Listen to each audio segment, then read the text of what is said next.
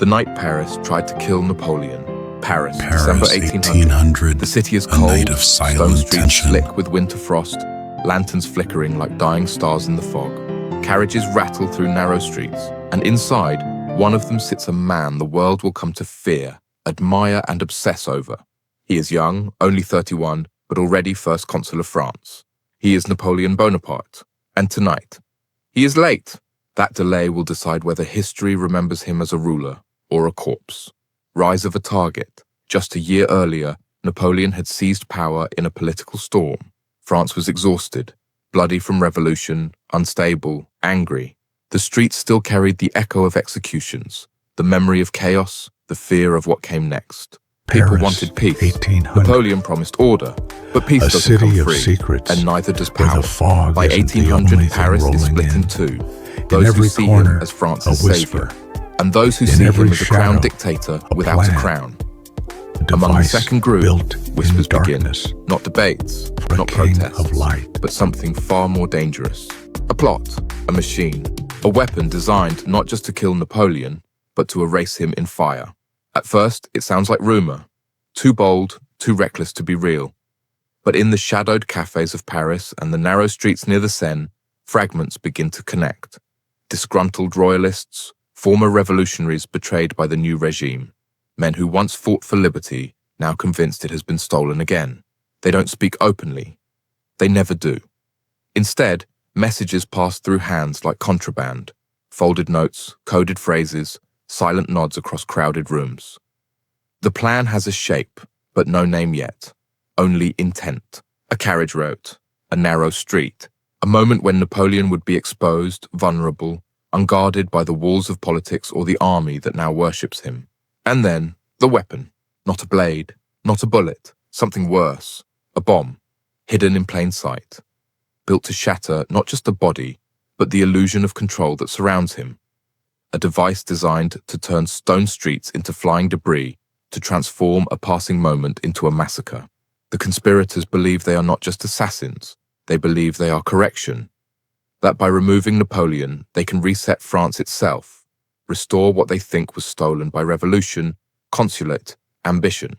But ambition has a mirror, because every man in that room is also gambling something. His name, his family, his future, his life if caught.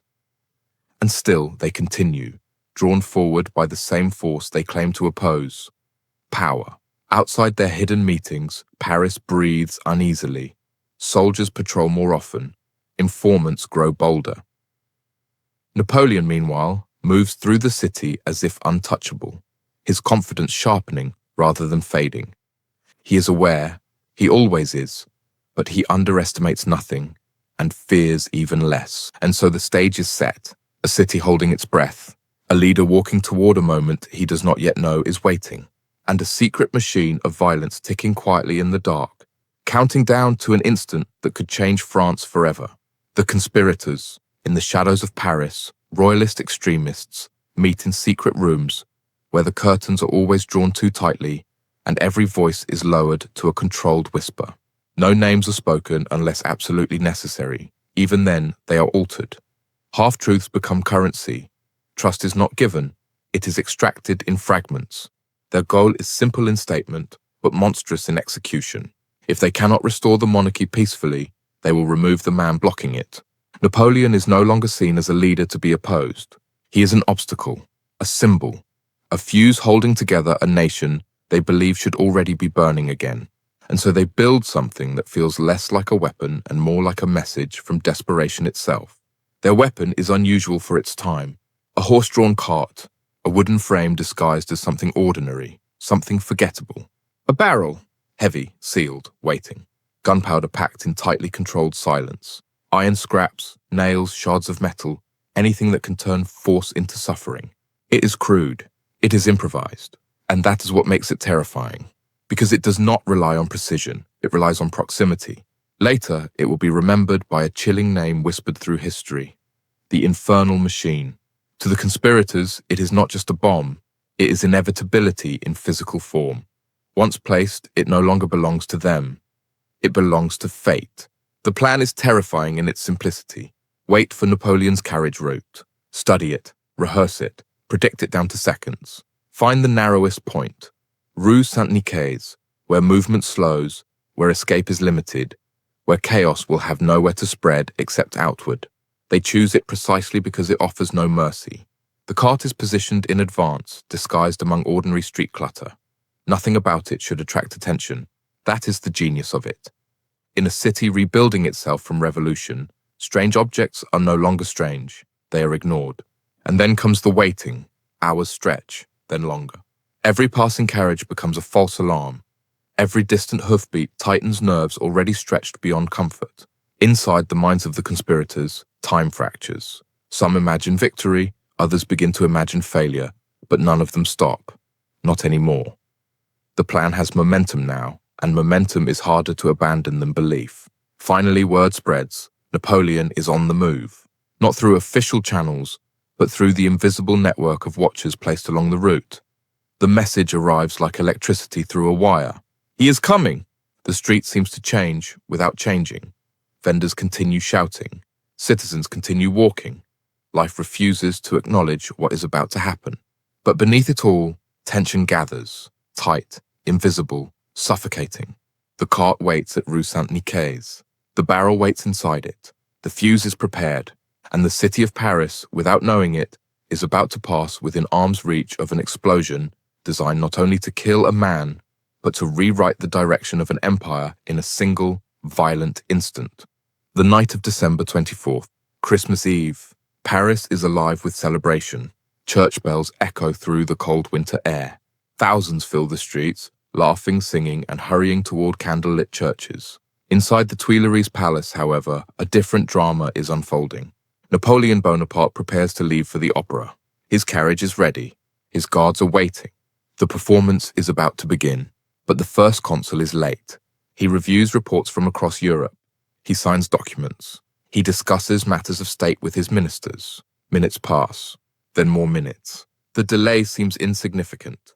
Just another evening in the life of a ruler. But outside, hidden among the festive crowds, an assassin grows restless. A wooden cart sits quietly along the route Napoleon is expected to take. It appears ordinary, a simple wagon abandoned on a busy street. But inside, it lies a deadly secret. Barrels packed with gunpowder, metal fragments, enough explosive force to tear the street apart. The fuse is ready. The plotters watch the palace gates. They know Napoleon must leave soon. Every passing moment tightens the tension. What they do not know is that Napoleon's endless habit of working late is about to change history.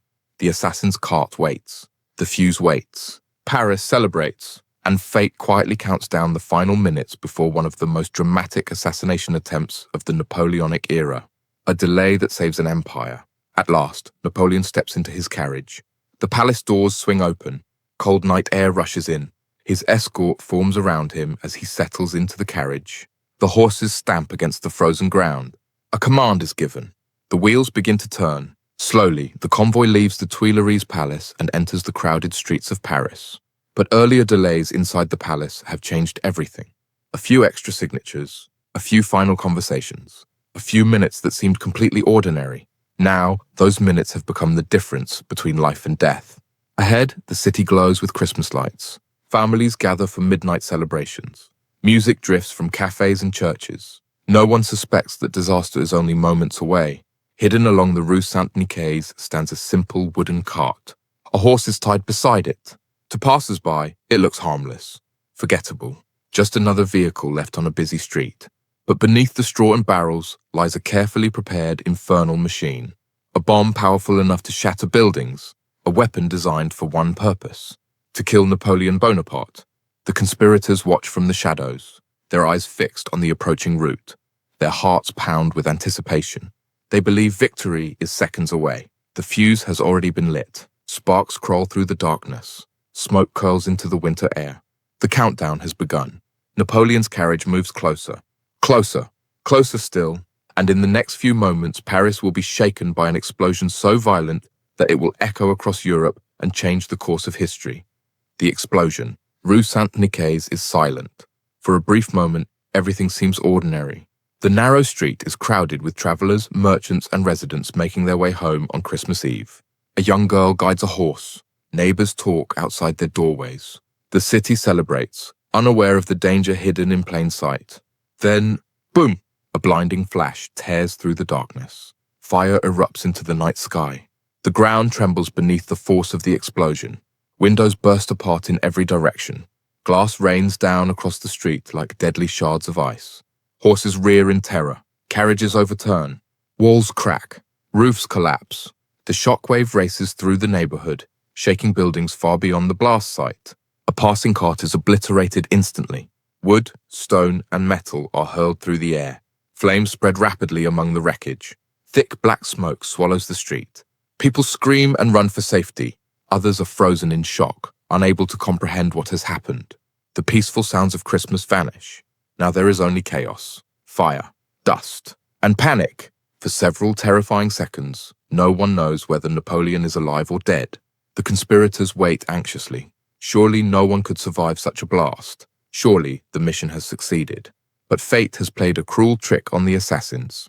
Because of those few delayed minutes inside the palace, Napoleon's carriage had not yet reached the center of the explosion. The bomb had detonated too soon. As Rue Saint-Nicaise burns behind him, Napoleon's carriage continues forward through the confusion. The assassination attempt has failed, and the man the conspirators sought to destroy is still alive. The wrong carriage. But Napoleon is not in the first carriage. He is in the second. The explosion erupts behind him with the force of a cannon battery. A wall of fire shoots into the sky. The blast wave slams into his carriage. The windows rattle. The horses panic. For a moment, it feels as if the entire city has been struck by an earthquake. Guards immediately reach for their weapons. Sabers flash in the darkness. Soldiers scan rooftops and alleyways, expecting gunfire, another bomb, another assassin. The streets are filled with screams. People run in every direction. Smoke and dust roll through the night like a storm cloud. Everyone believes the first consul must be dead. But inside the carriage, Napoleon remains remarkably calm. He barely flinches. While those around him panic, he listens. He understands instantly what has happened. An assassination attempt. A carefully planned attack. And it has failed. He pulls back the curtain and looks toward the inferno consuming Rue Saint-Nicaise. Flames dance across shattered buildings. The wounded cry for help. Debris litters the street. For a few seconds, he studies the scene in silence. Then he turns to his officers. His voice is steady, almost indifferent. Let us continue. No frantic orders. No desperate retreat. No sign of fear. The carriage rolls forward, away from the wreckage, away from the assassins, and toward the opera. Only minutes after surviving one of the deadliest assassination attempts in European history, Napoleon takes his seat in the theater as if nothing has happened. The audience erupts into applause. Many have already heard rumors of an explosion. Some cannot believe he is alive. But there he sits, calm, composed, and unshaken. The assassins wanted to kill Napoleon. Instead, they helped create another legend. Paris after the bomb. Dozens are dead. Civilians. Workers returning home for Christmas. Children caught in the wrong place at the wrong time. Horses lie in the shattered streets. Carriages are reduced to splinters. Entire buildings have been ripped open by the force of the blast. The wounded cry out from beneath piles of rubble. Rescuers work through the freezing night, searching for survivors. Paris is in shock. Rumors spread faster than facts. Some believe foreign agents are responsible. Others fear a new revolution has begun. Many wonder whether Napoleon himself has been killed. But by dawn, the truth begins to emerge. Investigators scour the wreckage. Witnesses are questioned. Suspects are tracked across the city. Piece by piece, the conspiracy is uncovered. This was no accident, no random act of violence. It was a carefully planned assassination attempt. A plot designed to eliminate the most powerful man in France. The attackers hoped that one explosion could change the nation's future. Instead, it changed their own. When Napoleon learns the details, he sees something larger than an attack on his life. The bomb was aimed at more than a single man. It targeted the stability France had struggled to rebuild after years of revolution, terror, and political chaos. If the assassination had succeeded, the government could have collapsed into uncertainty. Old enemies would have seized their chance. The nation might once again have descended into conflict. Napoleon understands the danger immediately. This was not simply an attempt to kill him. It was an attempt to shake the foundations of the state. An attack on authority, an attack on security, an attack on order itself. And he is determined to respond. The investigation intensifies. Arrests follow. Networks of conspirators are hunted down. Across France, the government tightens its grip. The bomb on Rue Saint-Nicaise failed to destroy Napoleon, but its consequences would strengthen his power more than the assassins could ever have imagined. What began as a plot to end his rule would ultimately help secure it. The response: arrests sweep across Paris. Police officers and soldiers move through the city day and night. Doors are broken open before dawn. Suspects are dragged from their homes. Informants are questioned. Letters are seized. Secret meetings are uncovered. The hunt for those responsible becomes relentless. Conspirators flee. Some are captured within days. Others disappear into the countryside, hoping to escape justice. Few succeed. The government casts a wide net. Royalist networks are dismantled. Underground cells are exposed. Plots that had been hidden in the shadows are dragged into the light. Trials follow. Sentences are swift. Some conspirators are imprisoned. Others are executed. The message is unmistakable. France will not tolerate another attack. But the explosion changes more than government policy. It changes Napoleon himself. Before Rue Saint-Nicaise, he had already been ambitious, already powerful, already convinced of his destiny. Now those beliefs harden into certainty. He has looked directly into death. He has heard the explosion that should have killed him. He has seen how close France came to losing everything he had built. And he draws a conclusion. Security cannot be left to chance. Power cannot be shared too freely. Control cannot be weakened. The near assassination becomes a turning point. His government grows more disciplined, more centralized, more watchful. Opposition faces greater scrutiny. The state expands its reach. Napoleon begins to trust fewer people and rely more heavily on his own authority. Year by year, the transformation continues. The revolutionary general becomes a ruler. The ruler becomes a leader without rivals. And soon, the first consul of France will take another step. A step toward a crown. A step toward an empire. A step toward becoming one of the most powerful figures in history. The men who planted the bomb believed they could stop Napoleon's rise. Instead, they accelerated it.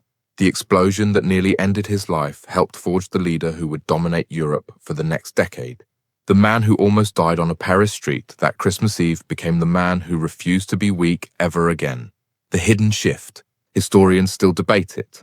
Was Napoleon already moving toward authoritarian rule? Or did the explosion on Rue Saint-Nicaise accelerate a transformation already underway? There is no simple answer. Even before the attack, Napoleon had shown little patience for political disorder. He valued efficiency over debate, order over uncertainty, results over ideology. Yet after that Christmas Eve, something undeniably changed. The threat was no longer theoretical. Someone had come within seconds of killing him. Someone had nearly plunged France back into chaos. And from that moment forward, security became one of his highest priorities. Power increasingly flowed toward a single center, toward a single office, toward a single man. Government ministries became more tightly controlled. Local officials answered more directly to Paris. Independent voices found themselves under growing pressure. At the same time, surveillance expanded. Police networks grew larger and more sophisticated. Informants reported suspicious conversations. Political groups were monitored. Private correspondence could attract official attention. The state watched more closely than ever before. Opposition did not disappear overnight, but its space to operate steadily narrowed. Newspapers faced restrictions. Critics learned to choose their words carefully. Political rivals discovered that challenging Napoleon carried increasing risks. For many ordinary citizens, however, these changes brought something they desperately wanted: stability. The chaos of the revolution seemed distant. Street violence declined. Government functioned more effectively. The economy improved. Roads, schools, and institutions expanded. For millions of French citizens, life became more predictable than it had been in years. And that is the paradox of Napoleon's rule. France became stronger, but also less free. The state became more efficient, but also more controlling. Security increased, yet personal liberty often decreased. The balance between order and freedom shifted dramatically, and many accepted that trade. After years of revolution, terror, coups, and uncertainty, stability was an attractive bargain. But every bargain has a price, and historians continue to ask the same question more than 2 centuries later. Did Napoleon save France by concentrating power? Or did he prove how easily a nation can surrender liberty in exchange for security? The debate remains unresolved, but one thing is certain. On a cold Christmas Eve in Paris, a bomb exploded. The assassins failed, Napoleon survived, and the course of French history changed forever. Closing reflection, a single delay, a single hesitation, a few ordinary minutes inside a palace. That was all. No great battle, no brilliant military strategy, no heroic last stand, just a handful of moments that seemed insignificant at the time. Yet those moments would alter the destiny of nations. A single carriage moved more slowly than expected. A single bomb exploded a little too soon, and history survived. Today, Rue Saint-Nicaise is just another street in Paris. People pass through the area every day. Tourists walk nearby. Workers hurry to appointments. Life continues as it has for more than 2 centuries. Most have no idea what happened there on that winter night. They do not hear the explosion. They do not see the flames. They do not imagine the shattered buildings, the smoke-filled streets, and the terrified crowds. But for a few seconds on Christmas Eve, 1800, that street held the future in fire. The fate of France hung in the balance. The future of Europe balanced on a single moment. Had the timing been slightly different, Napoleon Bonaparte might have died in the wreckage. No emperor, no Napoleonic empire, no sweeping conquests across Europe, no rise and fall that would reshape the continent. The map of Europe might have looked entirely different. The 19th century might have unfolded along another path. History often seems inevitable when we look backward, but it is not. Sometimes it turns on the smallest details. A missed step, a wrong turn, a delayed departure, a few minutes that nobody remembers until they change everything. Napoleon Bonaparte should not have survived that night. The bomb was powerful. The plan was carefully prepared. The assassins came frighteningly close to success. Yet somehow, fate intervened. He lived. The conspirators failed. And the man who escaped death on a Paris street would go on to crown himself emperor, dominate Europe, and leave a legacy that still shapes the modern world. One street, one explosion, one survivor. And after that Christmas Eve, Europe would never be the same again. Because sometimes the course of history is decided not by years, not by armies, not even by nations, but by a few lost minutes on a cold December night. Next Level Pro, where history, mystery, and untold stories come alive.